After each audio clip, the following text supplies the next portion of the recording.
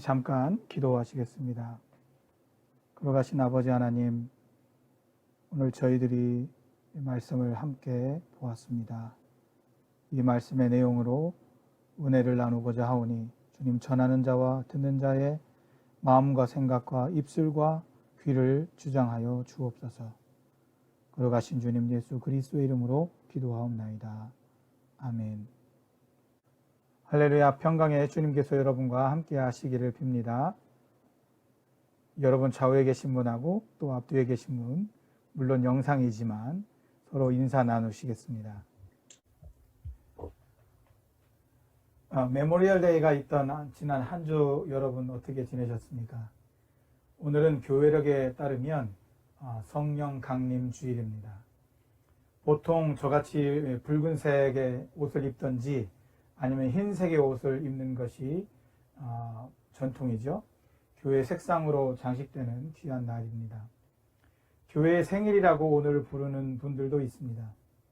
성령 강림절은 유대절기인 오순절과 같은 날입니다. 77절이라고 부르는 오순절은 6월절 다음 날로부터 50일째 되는 날을 말합니다. 그러니까 오늘처럼 일요일이죠. 주일인 것입니다. 예수께서 부활하시고 온전하게 필요한 기간인 40일 동안 제자들에게 보이시며 부활하신 자신을 보이시고 제자들에게 부활의 증인으로 알아야 될 성경에 대해서 가르쳐 주셨습니다. 그리고는 하늘로 올라가셨습니다. 승천하시기 직전에 예루살렘을 떠나지 말고 하나님께서 약속하신 보혜사를 기다리라고 하셨습니다. 그래서 예수님의 제자들은 성전을 출입하며 때때마다 모여서 기도하고 또 주님께서 말씀해 주신 약속을 기다리고 있었습니다. 오순절이라는 명절에 많은 사람들이 예루살렘으로 모여들었습니다.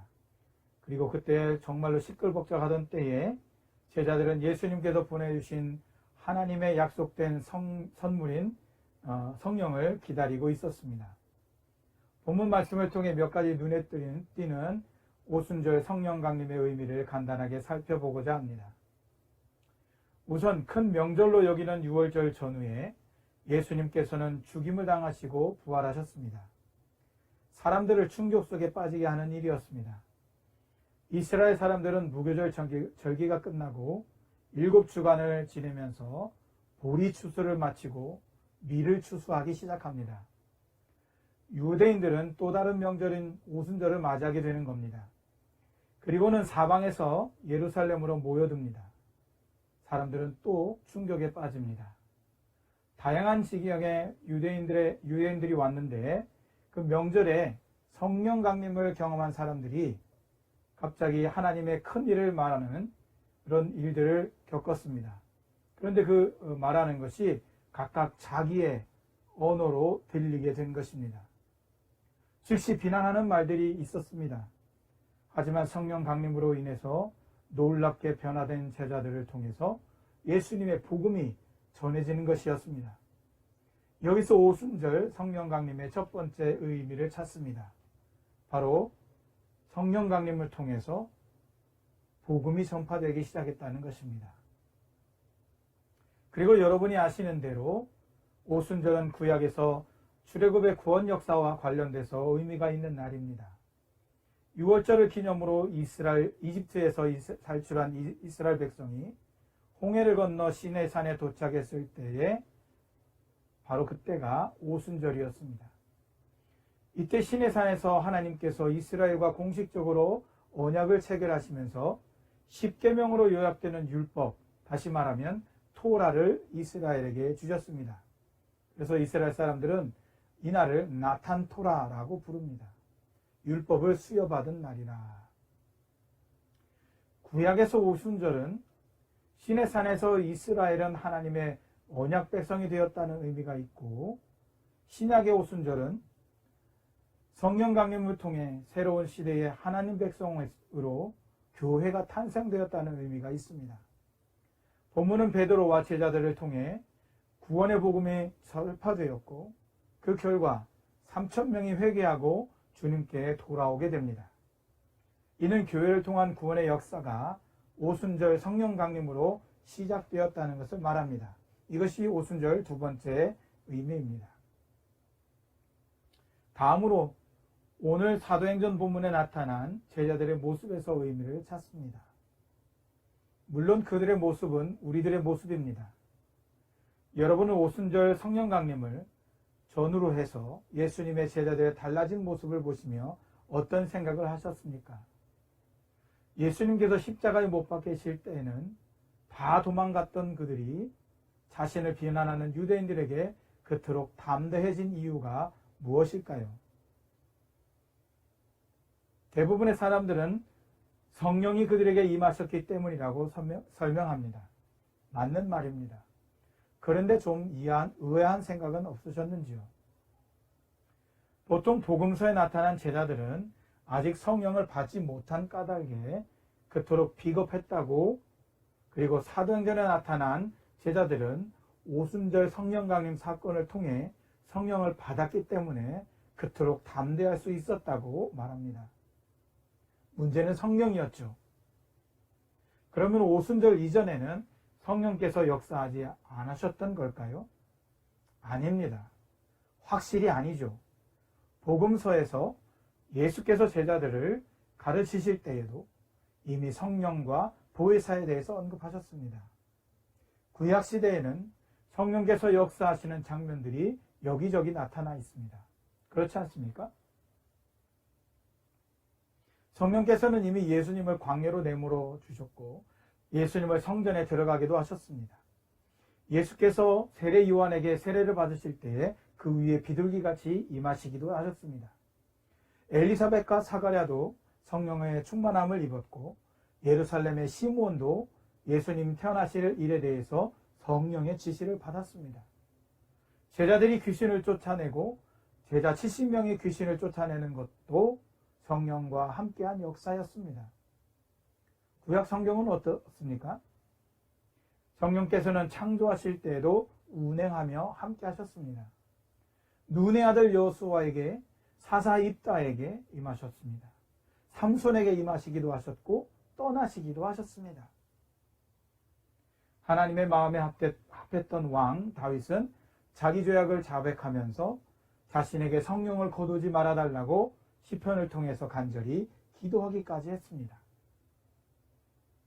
성령께서는 여호와의 영이라고 불리우고 주의 영이라고 불리우고 지혜의 영, 여호와를 경외하는 영, 진리의 영이라는 이름으로 구약시대부터 신약시대까지 계속해서 임하시고 거하시고 부어주시고 이끌어주시고 역사를 주관해 오시다가 떠나시기도 하셨습니다.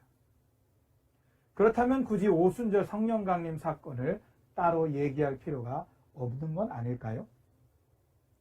2주 전 주일 설교에서 저는 보혜사에 관한 복음에 대해서 저의 생각을 말했습니다. 우리를 지으신 창조주 하나님께서는 피조물인 우리 인간을 너무나 사랑하셔서 인간의 타락에도 불구하고 함께 하시기로 작정하셨다는 겁니다. 하나님은 끊임없이 선지자와 제사장과 예언자들을 통해 자신의 사랑을 계시하셨습니다.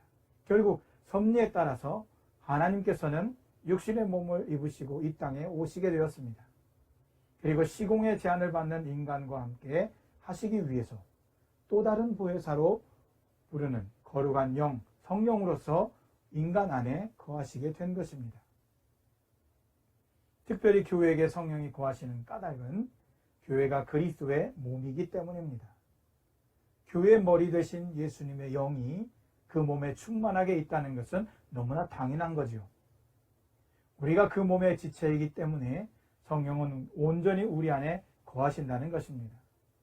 지, 정, 의가 모두 있어야 전인이 되는 것처럼, 온전한 사람이 되는 것처럼 성령이 없이는 교회는 교회일 수가 없습니다. 성령이 아니고서는 그리스도의 몸인 교회의 지체가 될 수 없습니다. 데이비드 마틴 노리드 존스라고 하는 목사님은 오순절 성령 강림 이전의 성령님을 함께 하시는 분으로 오순절 성령 강림 이후의 성령님은 내주 하시는 분으로 구분하였습니다. 그렇습니다. 오순절 성령 강림 이전에 함께 하시던 하나님의 영이 이제는 우리 안에서 영원히 거하시는, 내주하시는 성령이 되셨다는 것이 제가 드리고자 하는 성령 강림절의 세 번째 의미입니다.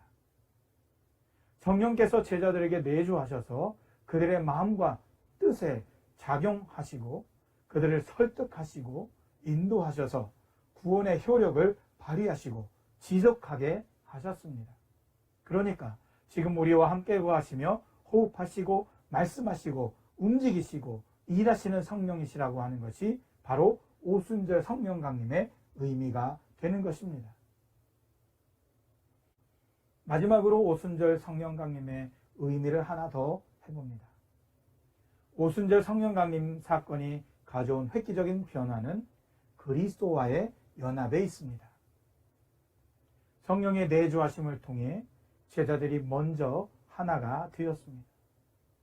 그들이 한 방언은 바벨탑에서 벌어진 사건처럼 각각 다른 말이었습니다. 그래서 나누어지고 불통하는 것 같지만 놀랍게도 그들의 방언은 하나님의 큰일 한 가지를 말하는 것이었습니다. 제자들은 다른 언어로 한 가지를 말하고 있었습니다. 그리고 각각 흩어졌던 15개 나라에서 온 사람들조차도 서로가 통하는 역사가 있었습니다. 성령의 내주하심으로써 초대 교회가 시작되었고 그 위에 나타나는 교회마다 그리스도와 한 몸을 이룰 수 있었다는 것입니다. 다만 구원받은 하나님의 자녀들, 주님의 몸 된 교회의 각 지체들에게 성령의 세례와 성령의 충만함이 있어야 하는 것입니다. 성령의 세례는 우리가 교회에 지체되는 특별한 사건입니다. 단순히 물로 세례를 받는 것 이상의 의미가 담겨 있습니다. 그리고 성령의 충만함은 그리스도와 연합한 사람들에게 일어나는 지속적인 사건입니다. 이 두 가지는 결혼과 결혼 생활과 같습니다. 결혼하는 것, 그리고 결혼 생활하는 것.